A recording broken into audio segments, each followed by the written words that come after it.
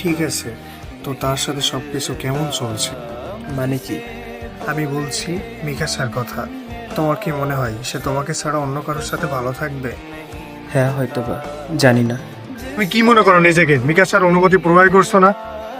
ওর জীবনে সবসময় প্রথম স্থান তোমারই ছিল, এমনকি ও নিজেও ছিল না। আমি চাই না, আমি চাই না সে অন্য কারোর সাথে থাকুক। আমি চাই সারা জীবন আমরা একসাথে থাকি।